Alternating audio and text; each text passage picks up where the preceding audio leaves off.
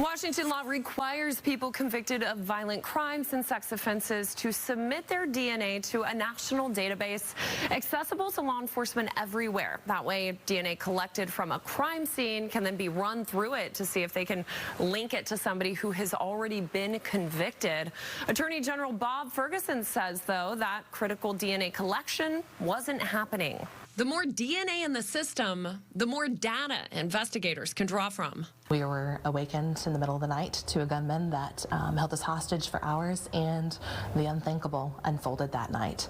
We talked to Carissa Nicholas, a survivor of assault more than a decade ago. That's when she told us if DNA collection had been in place at that time, this never would have happened to her because her perp would have been off the streets. Now, more than 10 years later, Attorney General Bob Ferguson is working to fix a DNA collection process he says wasn't a process at all in some counties. I remember having a conversation with my team when we realized there's thousands of individuals across the state who have not provided the DNA. And that was a question, where do we even start?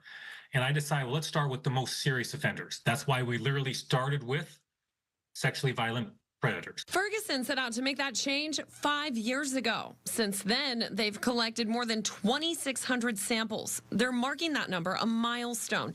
He says these new samples led to 97 matches to other crimes. These are folks who have been convicted of, for example, sex crime, violent felonies. These are serious offenses.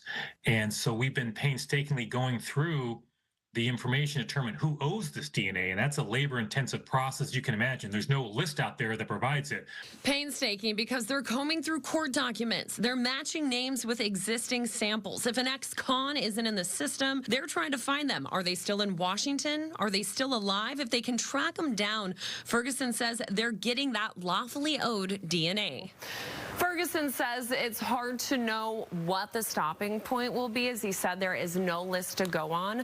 The ACLU has actually spoken out about this. They say DNA collection like this discloses detailed genetic information. They don't approve. They say it's an overreach. For now, reporting in the studio, I'm Taylor Winkle, Fox 13 News.